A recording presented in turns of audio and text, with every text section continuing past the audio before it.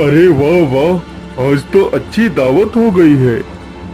शेर राजा के बेटे को उठाकर ले आता है और उसे अपना आहार बना लेता है।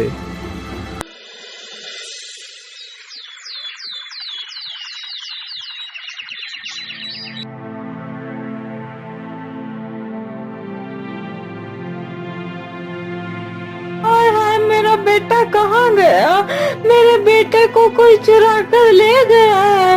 महाराज, मेरे बेटे को ढूंढ लाइए, नहीं तो मैं भी अपने प्राण त्याग दूंगी। लेकिन महारानी जी, आखिर इस महल से बच्चे को कोई चुराकर कैसे ले जा सकता है? महाराज, मैं कुछ नहीं जानती, बस मुझे मेरा बच्चा लौटा दीजिए। ठीक है महारानी जी, आप शांत हो जाइए। सैनिकों, तुम लोगों के रहते हुए हमारा बच्चा गायब कैसे हो गया? जाओ और मेरे बच्चे को ढूंढ कर लाओ, नहीं तो तुम सबको फांसी पर चढ़ा दूंगा। फिर सारे सैनिक राज्य में घूम घूम कर सभी से पूछने लगते हैं। अरे घनश्याम भाई, राजा साहब का बच्चा तो कहीं नहीं मिला है। यदि वापस महल चलोगे तो राजा हमें फांसी पर अवश्य चढ़ा देगा।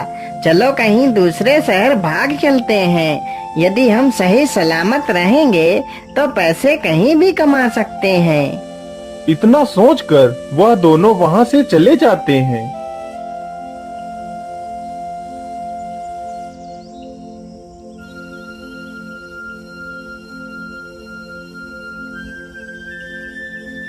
बाबा, आंखें खोलिए बाबा, हमारी मदद करिए बाबा। क्या बात है बेटा, कौन हो तुम और तुम्हें क्या मदद चाहिए? बाबा, मेरा नाम उन्नति राम है और मैं एक व्यापारी हूँ और यह मेरी पत्नी है। बाबा, मुझे ईश्वर ने सब कुछ दिया है, बस एक औलाद की ही कमी है। बाबा, आप ही मुझे कोई उपाय बता दीजिए जिससे मुझे संतान की प्राप्ति हो जाए। बेटा, उपाय तो है, लेकिन उपाय बहुत ही कठिन है। इसमें तुम्हारा बहुत नुकसान भी हो सकता है। बताइए बाबा, वह उपाय क्या है? मैं पुत्र प्राप्ति के लिए कोई भी नुकसान उठा सकता हूँ। तो सुनो बेटा, कल पूर्णिमासी है। यदि तुम सूर्य उदय से लेकर सूर्यास्त तक दान करो तो तुम्हें पुत्र की प्राप्ति अवश्य होगी।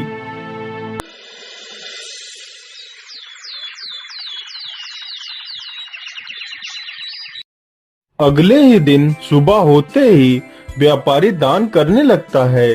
दान करते करते उसे पूरा दिन गुजर जाता है और उसका सारा धन सूर्यास्त से पहले ही समाप्त हो जाता है।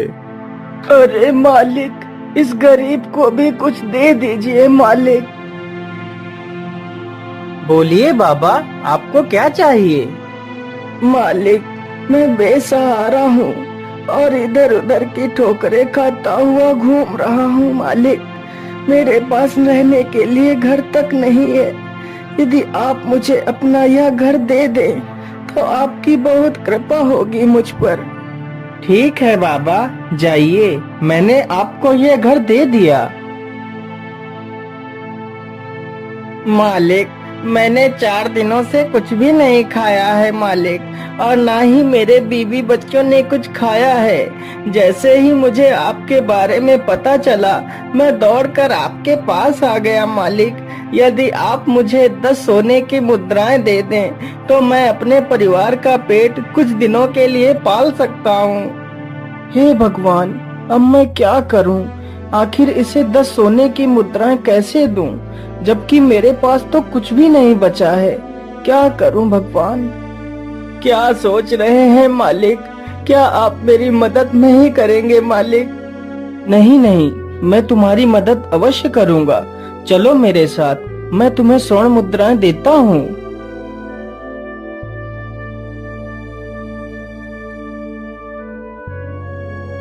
फिर उन्नति राम एक सेठ के पास जाता है। सेठ जी, मुझे 10 स्वर्ण मुद्राएं दे दीजिए। मैं आपको ये मुद्राएं कल तक लौटा दूंगा। मैं तुम्हें 10 स्वर्ण मुद्राएं तो दे सकता हूँ, लेकिन उसके बदले तुम्हें मेरे पास कुछ गिरवी रखना पड़ेगा। लेकिन सेठ जी, मेरे पास तो आपको देने के लिए ऐसी कोई वस्तु नहीं है। नहीं नहीं, तुम्हारे पास एक ऐसी चीज है जो तुम मुझे देकर स्वर्ण मुद्राएं ले सकते हो। लेकिन सेठ जी, मेरे पास ऐसी क्या वस्तु है? उन्नति राम, तुम अपनी पत्नी को हमारे पास गिरवी रख दो, तब तक तुम्हारी पत्नी मेरे घर का सारा कार्य करेगी। जिस दिन तुम मुझे मेरी मुद्राएं वापस कर दोगे, उस दिन तुम अपनी पत्नी को ले जा सकते हो। ठीक है सेठ जी, मैं मंजूर हूँ, मुझे स्वर्ण मुद्राएं दे दीजिए। फिर वह सेठ उन्नति राम को 10 स्वर्ण मुद्राएं दे देता है और उन्नति राम वह स्वर्ण मुद्राएं उस भिक्षुक को दे देता है। अब तो मेरे पास कुछ भी नहीं बचा है, अब मैं पैसे कहाँ से लाऊं? मैं ऐसा करता हूँ, अपने मित्र से मदद मांगने के लिए जाता हूँ। फिर वह मदद मांगने के लिए अपने मित्र के पास जाता है। मित्र, मुझे तुम्हारी मदद की आवश्यकता है, मैं बहुत परेशानी में हूँ मित्र। क्या बात है मित्र, तुम्हें किस बात की परेशानी है, बताओ मुझे। फिर उन्नति राम अपने मित्र को पूरी कहानी सुनाता है। अब मैं क्या करूँ मित्र, तुम ही मेरी आखिरी उम्मीद हो, मेरी मदद करो मित्र। लेकिन मित्र, मैं तुम्हारी मदद नहीं कर सकता। इस बार व्यापार में बहुत ज्यादा घाटा हो गया है, जिसके कारण इस समय मेरे पास एक पैसा भी नहीं है। उसका मित्र भी उसकी मदद करने से इनकार कर देता है, तो उन्नति राम बहुत ही दुखी हो जाता है और वहाँ से वापस चल देता है।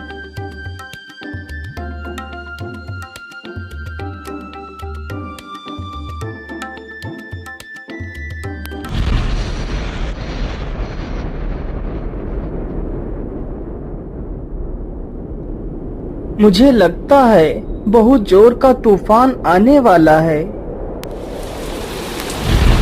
हे भगवान, यह तो बहुत जोर की बारिश आ गई। अब क्या करूं? चलो इसी पेड़ के नीचे बैठ जाता हूं, कुछ तो इस बारिश से बच पाऊंगा। उन्नति राम पूरी रात उसी पेड़ के नीचे बैठा रहता है।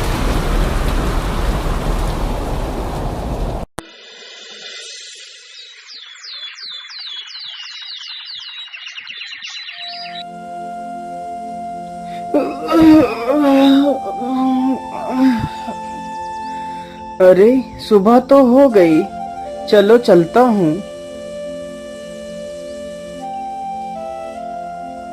उन्नति राम चलते चलते बहुत थक जाता है और उसे बहुत जोर की प्यास भी लगती है। अरे मैं तो चलते चलते बहुत थक गया हूँ और मुझे बहुत जोर की प्यास भी लगी है। मुझे लगता है वहाँ पर कोई कुआं है, चलो चलकर देखता हूँ। उन्नति राम कुएं के पास जाता है।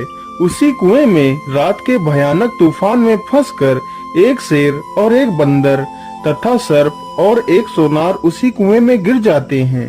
उन्नति राम जैसे ही अपना घड़ा डालता है, तभी शेर रस्सी को पकड़ लेता है। कौन है? कुएं के अंदर कौन है? किसने मेरे घड़े को पकड़ लिया है? छोड़ दो मेरा घड़ा। अरे मुसाफिर, मैं एक शेर हूँ। मैं रात के तूफान में इस कुएं में गिर गया था। यदि तुम मुझे बाहर निकाल लो तो तुम मुझसे जो भी मांगोगे मैं तुम्हें दे दूंगा। अरे नहीं नहीं शेर भाई, मैं तुम्हें बाहर नहीं निकाल सकता। कहीं तुम बाहर आकर मुझे खा गए तो? नहीं नहीं मुसाफिर, मैं तुम्हें खाऊंगा नहीं। कृपया कर मुझे इस कुएं से बाहर निकाल लीजिए। फिर उन्नति राम उस शेर को बाहर निकाल लेता है। हे मुसाफिर, मेरी जान बचाने के लिए मैं तुम्हारा बहुत बहुत धन्यवाद करता हूँ। मैं यहीं पास की गुफा में ही रहता हूँ। यदि तुम्हें कभी भी किसी प्रकार की मदद की आवश्यकता हो तो मेरे पास अवश्य आना। इतना कहकर शेर वहाँ से चला जाता है। उन्नति राम फिर से अपना पानी का घड़ा कुएं में लटकाता है, तो इस बार सर्प रस्सी को पकड़ लेता है। अरे अरे, कौन है कुएं के अंदर जिसने मेरा फिर से घड़ा पकड़ लिया है?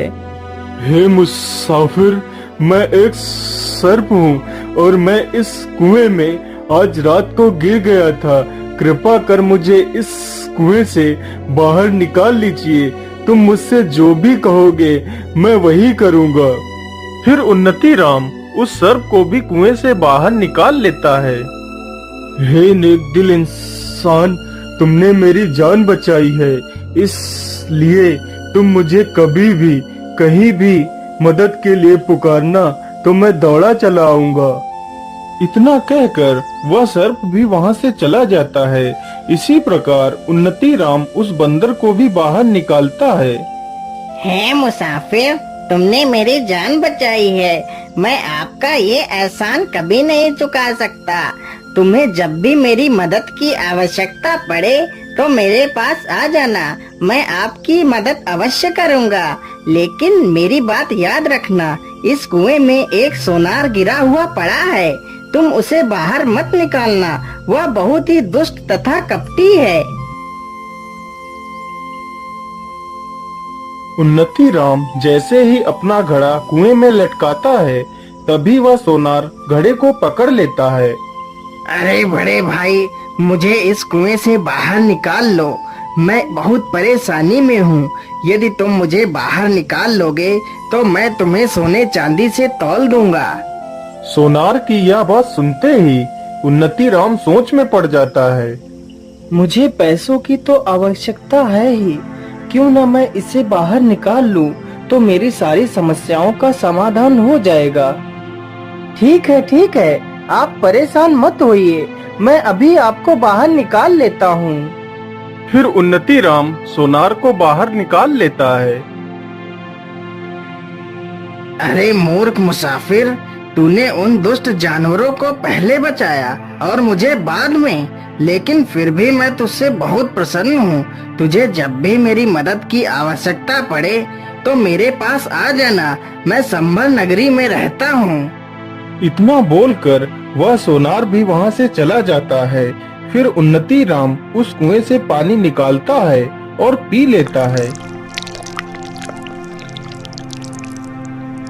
अब तो मेरी प्यास बुझ गई है। चलो ऐसा करता हूँ, पहले मैं मदद के लिए उस शेर के पास चलता हूँ, देखता हूँ आखिर वह शेर मेरी क्या मदद कर पाता है। मेरे मित्र ने तो मेरी मदद नहीं की, चलो इस शेर से ही देख लेता हूँ। इतना बोलकर उन्नति राम वहां से चल पड़ता है।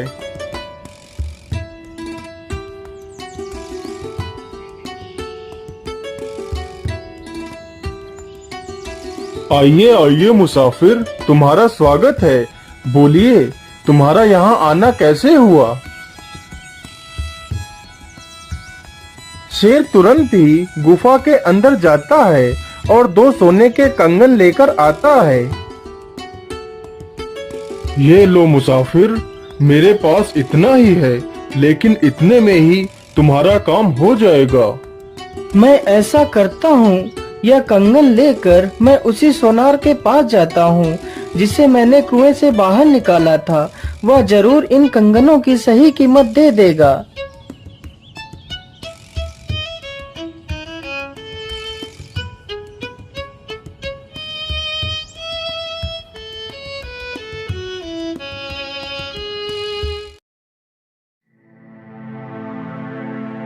अरे बोलिए भाई, तुम्हारा यहाँ आना कैसे हुआ?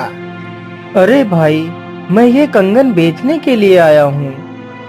फिर वह सोनार उन कंगनों को ध्यान से देखता है।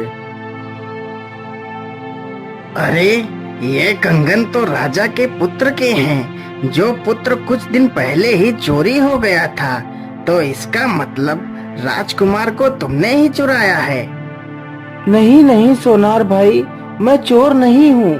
यह कंगन तो मुझे उस शेर ने दिए हैं जिसकी मैंने कुएं से जान बचाई थी। तुम झूठ बोल रहे हो। चलो राजा के पास, वहीं पर फैसला होगा।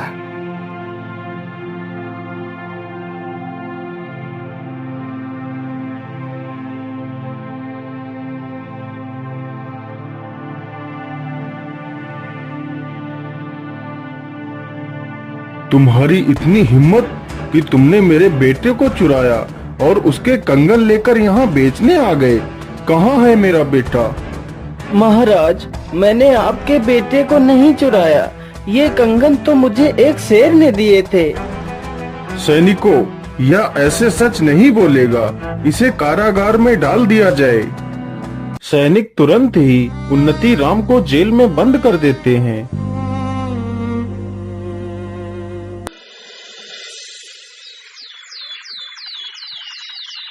हे भगवान, ये कैसी मुसीबत में फंस गया हूँ। क्या करूँ, कैसे निकलूँ इस जेल से। मैं ऐसा करता हूँ, अपने मित्र सर्प को बुलाता हूँ। जैसे ही वह उस सर्प का स्मरण करता है, तभी वहाँ पर वह सर्प आ जाता है।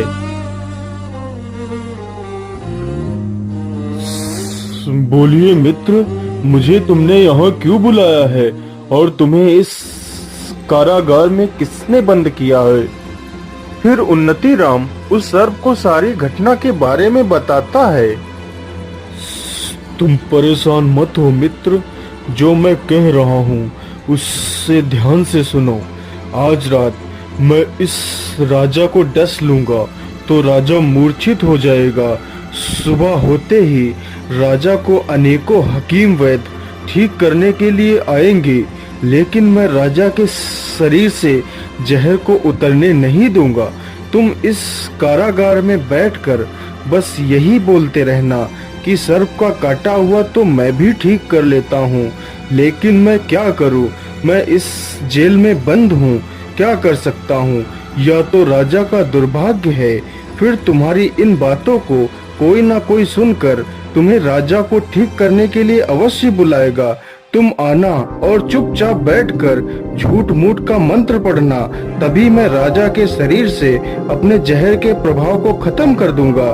तो राजा तुम्हें इनाम भी देगा और तुम्हें आजाद भी कर देगा। उन्नति राम ने सर्प के कहे अनुसार ही किया। सर्प वहाँ से चला जाता है और राजा को डस लेता है। सुबह होते ही पूरे राज्य में हंगामा कट जाता है। कई प्रकार के वैद्य डॉक्टर सब आते हैं, लेकिन राजा को कोई ठीक नहीं कर पाता है।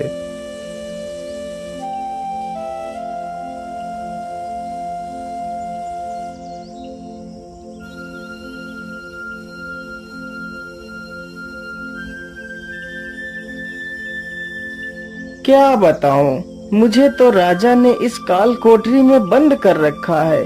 नहीं तो सांप का काटा हुआ मैं 2 मंत्र फूंकते ही ठीक कर देता हूँ, लेकिन क्या करूँ, यह तो राजा का दुर्भाग्य है कि मैं इस जेल में बंद हूँ।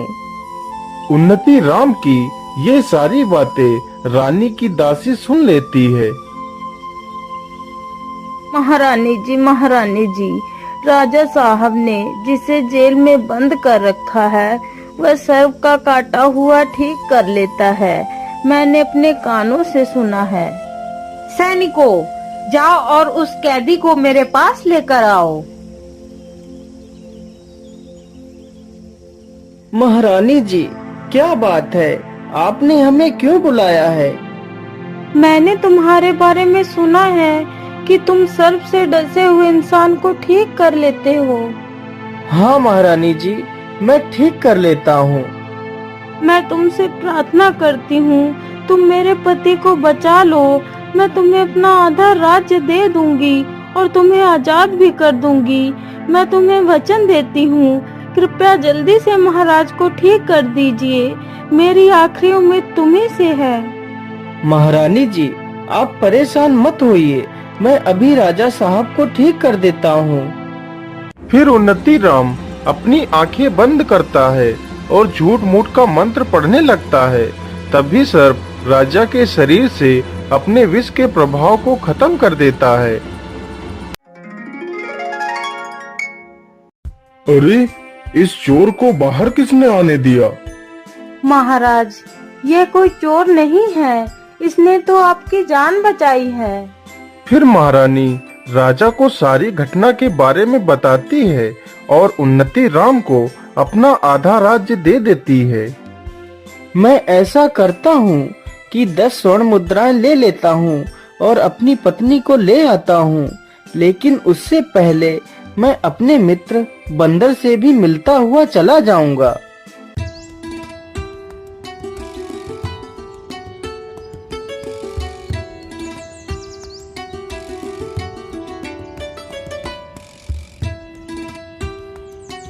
आइए मित्र, तुम्हारा स्वागत है। बड़े दिनों के बाद आए हो मित्र। मैं तो तुम्हारी ही प्रतीक्षा कर रहा था।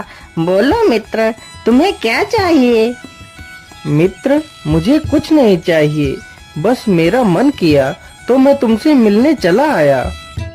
अरे मित्र, तुमने मेरा जीवन बचाया था, इसलिए मैं तुमसे बहुत खुश हूँ और मैं तुम्हें कुछ देना भी चाहता हूँ।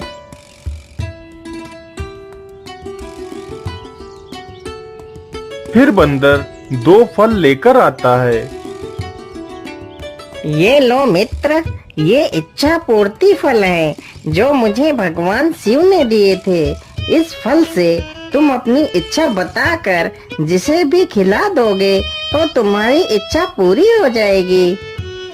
ये सुनकर उन्नति राम बहुत प्रसन्न हो जाता है और फल लेकर वहाँ से सीधे सेठ के पास पहुँच जाता है।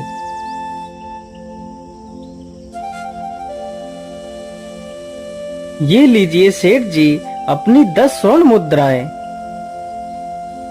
हे इच्छा पूर्ति फल, तुम इस सेठ को एक मुर्गी बना दो।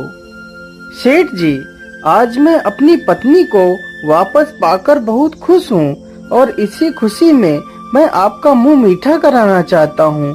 ये लीजिए, फल खाइए। हाँ हाँ, क्यों नहीं, लाइए, मुझे फल दीजिए।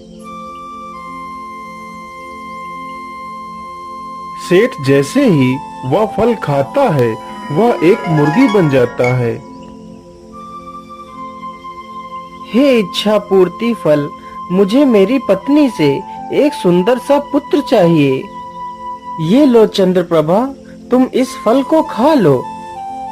जैसे ही चंद्रप्रभा उस इच्छा पूर्ति फल को खाती है,